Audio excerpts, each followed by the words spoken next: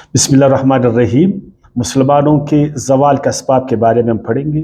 آج مسلمان ترقی کے دوڑ میں کیوں پیچھے ہے اور زوال کا شکار ہے۔ 11 اسباب ہم نے بتائے جن کی وجہ سے مسلمان پسماندہ ہے۔ آج ہم 12واں سبب بتائیں گے اور وہ ہے قدامت پرستی۔ مزار، ماضی کے جو مزار ہے ان کو آج بھی ہم پوجتے ہیں۔ آثار قدیمہ پر ہم مسلمان فریفتہ ہے۔ ہر پرانی چیز سے مسلمانوں کو محبت ہے اور نئی چیزوں سے نفرت۔ نئی باتیں مسلمانوں کے لیے چڑ ہے اور نئے کاموں سے مسلمانوں کو بے رغبتی ہے۔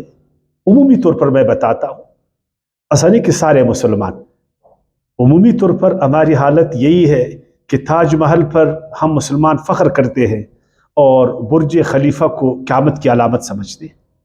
ہر نئی چیز، ہر نیا کام، ہر نئی بات وہ قیامت کی نشانی ہے ہمارے لیے، اور ہر پرانی چیز وہ ہمارے لیے باعث افتخار ہے۔ میں ایسا نہیں کہہ رہا ہوں کہ ہم ماضی پر فخر نہ کریں، ہم بالکل ماضی سے الگ ہو جائیں، ہم بالکل ماضی کو ترک کر دیں، لیکن کیا جو نئی چیزیں ہیں، جو نئے کام ہے، جو نیا زمانہ ہے، جو نیا دور ہے، نئے زمانے کے جو نئے تقاضے ہیں، ان کی جو ضروریات ہے، کیا ہم اس سے آنکھیں پھیر دیں؟ کیا صرف ماضی ہی کی گاڑی ہمیں ہماری منزل تک آج کی دنیا میں پہنچا دے گی؟ کیا دنیا کی جو آج رفتار ہے، ہم ماضی کی گاڑی میں بیٹھ کر ان قوموں کا مقابلہ کر پائیں گے جو نئی دنیا کی نئی گاڑی میں بیٹھے، جن کا سوچ نیا ہے، جو نئی دنیا کے نئے اسباق کو جانتے، نئے دور کے نئے تقاضوں کو جانتے، اور نئی دنیا کے لیے وہ ترقی تیاری کر پا رہے ہیں۔ حالانکہ اگر ہم قرآن مجید کو غور سے پڑھ لیں، قرآن مجید ماضی کی بجائے مسلمانوں کو، اپنے ماننے والوں کو وہ حال اور استقبال کی طرف متوجہ کرتے کہ ایمان والو، اپنے حال پر بھی نظر کرو، مستقبل پر بھی نظر کر لو۔ تم سے تمہارے بارے میں پوچھا جائے گا۔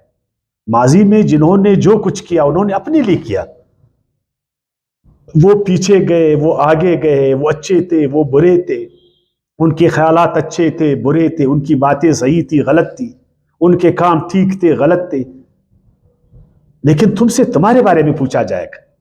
آج 21ویں صدی میں جو مسلمان رہے، آج اس صدی کے بارے میں پوچھا جائے گا۔ اس صدی میں تم نے اسلام کے لیے کیا کیا، مسلمانوں کے لیے کیا کیا، انسانوں کے لیے کیا کیا۔ سورہ بقرہ کی آیات 134 میں ارشاد باری تعالیٰ ہے، تلک امۃ قد خلت لہا ما کسبت وعلیکم ما کسبتم ولا تسألون عما کانوا یعملون۔ وہ ایک امت تھی، وہ گزر گئی، وہ جانے، ان کے کام جانے، انہوں نے جو کچھ کیا وہ خود اس کو بھگتیں گے۔ اچھا کیا اچھا پائیں گے، غلط کیا غلط پائیں گے۔ تم سے تمہارے بارے میں پوچھا جائے گا۔ ماضی کے مزار تمہارے کام نہیں آئیں گے، ماضی کی تلواروں سے آج تم نہیں لڑ پاؤ گے، ماضی کے اسباب آج تمہارے کام نہیں آئیں گے۔ آج تمہارے ساتھ کیا ہے، تم کیا ہو، اس بارے میں تم سے پوچھا جائے گا۔ وَلَكُمْ مَا كَسَبْتُمْ، تم سے تمہارے کاموں کے بارے میں پوچھا جائے گا، اور ان کے بارے میں تم سے پوچھا نہیں جائے گا کہ انہوں نے کیا کیا۔ اور یہ کہ قرآن بار بار ہمیں کہتا ہے کہ آبائی روش وہ معیار حق نہیں، وہ کسوٹی نہیں کہ ہم اپنے اعمال کو انہی کے اعمال پر تولیں، ہم ان کے اعمال کو اپنے لیے معیار حق بنائیں۔ ہمارے لیے ہمارے پیشوا معیار حق نہیں ہے۔ ہمارے لیے اگر معیار حق ہے تو وہ اللہ کی کتاب ہے، ہمارے لیے اگر معیار حق ہے تو اللہ کے نبی اور رسول ہے، ہمارے لیے معیار حق اگر ہے وہ تو حق ہے۔ پھر آبا و اجداد کی اندھادھند پیروی ہم پر لازم نہیں۔ اس لیے کہ زندگی کوئی جامد چیز نہیں، زندگی تو حرکی چیز ہے. ہر نیا دن وہ پرانے دن سے الگ ہے، ہر نئے دن کے تقاضے کل کے دن سے الگ ہے، ہر نئے دن میں جدت ہے. نئے دن کا سورج ایک جدت کے ساتھ طلوع ہوتا، اور ہر نئے دن کے اپنے اسباق اور اپنی ضروریات ہے، اپنے تقاضے ہیں. ہر دور سے انسانوں سے اپنے دور کا تقاضا کرتا ہے، اس کے اپنے ضروریات. جس طرح کہ سورہ آل عمران کی آیات 140 میں ارشاد باری تعالی وَتِلْكَ الْأَيَّامُ نُدَاوِلُهَا بَيْنَ النَّاسِ، یہ دن ہے اللہ پاک ان کو پھراتا ہے انسانوں کے بیچ میں. ان دنوں کو اللہ تعالیٰ پھراتا ہے، اور انہی دنوں سے اللہ تعالیٰ انسانوں کی آزمائش کرتا ہے کہ اپنے اپنے دنوں میں وہ کیا کارکردگی دکھاتے، کیا کام کرتے ہیں، کس طرح کرتے ہیں، صحیح کرتے ہیں غلط کرتے ہیں، آگے بڑھ رہے پیچھے جا رہے، ترقی کر رہے زوال کی طرف جا رہے، اللہ سے قریب ہو رہے دور ہو رہے. 21ویں صدی کے پھر اپنے اسباق ہے. آج 21ویں صدی ہے، آج اس کے اپنے اسباق. ان اسباق کو اگر مسلمانوں نے سمجھا نہیں، ان اسباق کو 21ویں صدی کا مسلمانوں نے پڑھا نہیں، اور وہ ماضی کے اسباق میں لگے تھے، ماضی کی کتابوں کو الٹ پھیر رہے تھے. 21ویں صدی کی کتابوں سے وہ ناشنا تھے، 21ویں صدی کے ائمہ کو وہ نہیں جانتے تھے، 21ویں صدی کے علماء سے وہ غافل تھے، 21ویں صدی کے سبق کو یاد نہیں کر رہے تھے. وہ 21ویں صدی کو بھی ماضی کی کتابوں سے سمجھ پا رہے تھے. ایسا نہیں ہوتا، اس طرح مسلمان ترقی نہیں کرے گا. قدامت پرستی پیچھے کی طرف انسان کو دھکیلتا ہے، آگے سے روکتا ہے.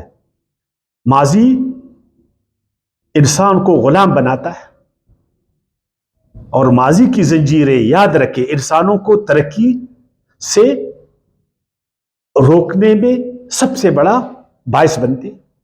جو سب سے سخت رکاوٹ ہے وہ ماضی کی زنجیریں ہیں. اور آپ صلی اللہ علیہ وسلم کا مشن بھی قرآن عظیم الشان نے بتایا کہ آپ صلی اللہ علیہ وسلم آئے اسی لیے کہ ماضی کے جو زنجیریں ہیں کہ ان زمانے کے لوگوں نے پہنائے تھے ان کو توڑ دے، ان زنجیروں سے انسانوں کو آزاد کر دے. خصوصاً بنی اسرائیل کے بڑوں نے جن زنجیروں میں ان کو باندھا تھا، ان کو ماضی پرس بنایا تھا، آپ صلی اللہ علیہ وسلم ان کو ان زنجیروں سے آزاد کر دے. سورۃ الاعراف کی آیت 157 میں ارشاد باری تعالیٰ وَيُحِلُّ لَهُمُ الطَّيِّبَاتِ وَيُحَرِّمُ عَلَيْهِمُ الْخَبَائِثَ، ان کے بڑوں نے، ان کے اماموں نے، ان کے احبار و رہبان نے ہر چیز کو ان پر حرام کیا تھا، ہر چیز ان کے لیے ناجائز تھا، ہر چیز کو ان کے لیے خبیث بنایا تھا، اور ان کی زندگی کو محدود کیا تھا. چلنے میں، پہننے میں، کھانے میں، ہر چیز اس طرح مسلمان آج محدود، ان کی زندگی کو محدود کیا گیا. یہ چیز حرام ہے، یہ چیز غلط ہے، یہ چیز حرام ہے، یہ مت کرو، یہ ناجائز، جبکہ وہ چیز ضروری ہے. تو طیبات کو انہوں نے حرام ٹھہرایا تھا اور خبیث چیزوں کو حلال ٹھہرایا تھا. تو آپ صلی اللہ علیہ وسلم آئے کہ وہ جتنی طیبات چیزیں جو انسانوں کے لیے ضروری ہے، انسانوں کی ارتقاء کے لیے، انسانوں کو آگے بڑھنے کے لیے، انسانی سماج کے فائدے کے لیے، اللہ کے نبی نے ان کو حلال ٹھہرایا. اور وہ ساری چیزیں جو انسانوں کے لیے مکروہ تھی، غلط تھی، نقصان دہ تھی، آپ صلی اللہ علیہ وسلم نے اللہ کے اذن سے، حکم سے ان کو حرام ٹھہرایا. وَيَزَعُ عَنْهُمْ إِسْرَهُمْ وَالْأَغْلَالَ الَّتِي كَانَتْ عَلَيْهِمْ، اور وہ بندنے، وہ بوجھ جو ان کے احبار اور رہبان نے ان پر ڈالا تھا، ماضی کا وہ بوجھ جس نے یہودیوں کی کمر کو توڑ دیا تھا، آپ صلی اللہ علیہ وسلم نے ماضی کے اس بوجھ کو ان سے ہلکا کر دیا، ان سے اٹھا دیا، تاکہ اس کو اٹھائے اور ان زنجیروں کو توڑ دے. اور آپ صلی اللہ علیہ وسلم نے زنجیروں کو توڑ دیا ماضی کے، اور لوگوں کو حال کا سبق پڑھایا، مستقبل لوگوں کے سامنے رکھا. ایک نئی امت آپ صلی اللہ علیہ وسلم نے تشکیل دی، ایسی امت جو جامد تھی اس زمانے میں، اس میں حرکت پیدا ہو گئی اور وہ ترقی کی طرف چلا. پھر اس کے بعد اسی روش پر مسلمان چل پڑا جس روش سے قرآن اور آپ صلی اللہ علیہ وسلم کو منع کیا تھا. ماضی کے بوجھ کو اپنے سر پر سے اتار دو, ماضی کے زنجیروں کو توڑ دو, نئی دنیا کو سمجھو, نئی دنیا کے تقاضوں کو سمجھو, نئی دنیا کے ساتھ چلنے کو سیکھو. دنیا تیز رفتاری سے آگے بڑھ رہی ہے, نئی گاڑی میں بیٹھو اور نئی سڑک پر چل دو. قدامت پرستی حیوانوں کا شیوا ہے. سورہ صافات کی آیت 70 میں شادی بار تعالیٰ ہے فَهُمْ عَلَىٰ آثَارِهِمْ يُعْرَضُونَ. بس وہ اس طرح تھے جس طرح حیوان اندھا دھند آنکھوں کو بند کے, کانوں کو بند کے اپنے آباء و اجداد کے پیچھے چل رہے تھے, دوڑ دوڑ کر چل رہے تھے. اَوَلَوْ كَانَ آبَاؤُهُمْ لَا يَعْقِلُونَ شَيْئًا وَلَا يَهْتَدُونَ. اگرچہ ان کے باپ دادا ان کے پاس علم نہیں تھی, وہ ہدایت پر نہیں تھے, ان میں عقل مندی نہیں تھی,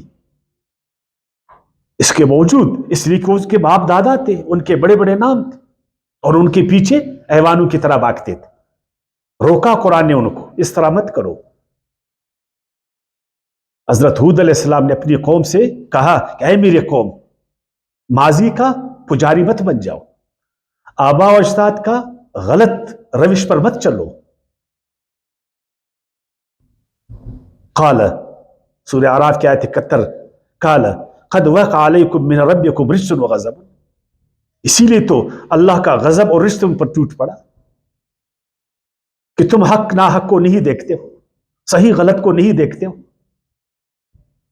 بس جو تمہارے آباء و اجداد نے کیا وہ غلط ہے تو اس کے پیچھے تم چلتے ہو.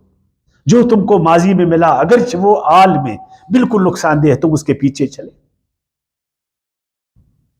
اتجادلوننی فی اسماء سمیتموها انتم وآباؤکم ما نزل اللہ بہا من سلطان. اور بڑے بڑے نام تم نے بنائے, فلان صاحب, فلان علامہ, فلان اور فلان, تو صرف نام ہے, تم نے اس پر نام رکھے تھے. اللہ نے تو ان کو امام نہیں بنایا تھا, ان کو علامہ نہیں بنایا تھا.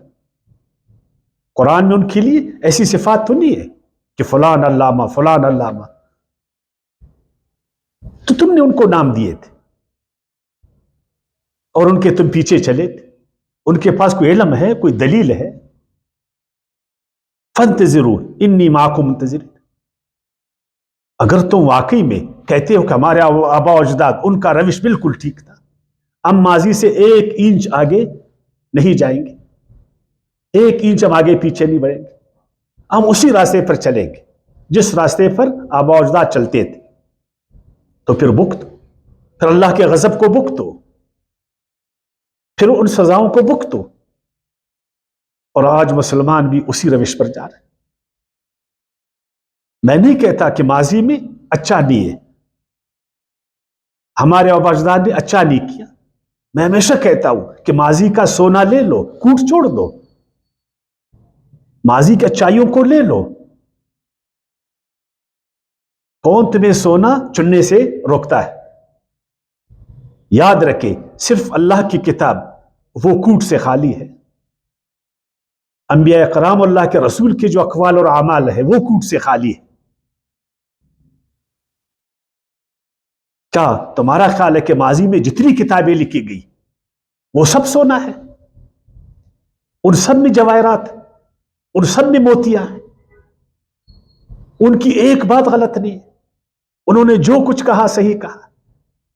یہ شرف تو قرآن کو حاصل ہے, یہ اعزاز تو قرآن کو حاصل ہے کہ اس میں سب کچھ سونا, ہیرا ہے, موتیا. یہ شرف تو اللہ کے نبیوں کو اللہ تعالیٰ نے عطا فرمایا.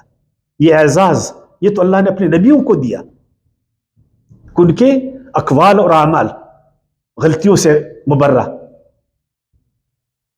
کیا ماضی میں جو ہمارے بڑے بڑے نام ہیں وہ غلطیوں سے پاک ہے؟ اندھادھند ان کے پیچھے چلے, اندھادھند ان کے اقوال اور اعمال کو اپنائے. اگرچہ آج 21ویں صدی میں وہ ہمارے کام نہ آئے, اگرچہ 21ویں صدی کے اسباق الگ ہو, اگرچہ 21ویں صدی کے تقاضے الگ ہو, اگرچہ 21ویں صدی کی ضروریات الگ ہو, اگرچہ آباء و اجداد کی گاڑی 1 انچ آگے نہیں بڑھے آج 21ویں صدی میں, پھر بھی ہم اس میں بیٹھیں گے. اگرچہ وہ گاڑی آج نہیں چل سکے پھر بھی اس میں ہم بیٹھیں گے. ان کی کتابوں کے ہر لکیر کا ہم لوگ پابند. ہر برج خلیفہ ہمارے لیے قیامت کی نشانی ہے. بس آثار قدیموں کو ہم چومیں گے. ہم صرف ماضی کے مزارات کا جو ہے نا پجاری بنیں گے. صرف ماضی کی تعویذ کو گلے سے لٹکائیں گے یا حال کو بھی دیکھیں گے, مستقبل کو بھی دیکھیں گے. جب تک مسلمانوں ہم نے قدامت پرستی کو نہیں چھوڑا, میں قدامت پسندی کی بات نہیں کرتا, میں نہیں کہتا کہ ماضی سے ہم پیار نہیں کریں, اپنے اسلاف سے محبت نہیں کریں, ان کا میں احترام نہیں کریں, میں نہیں کہتا. لیکن مجھے یہ کہنا ضروری ہے کہ ہم ماضی پرستی نہیں کریں, ہم ماضی کے مزاروں کا پجاری نہیں بنے. وما علینا الا البلاغ.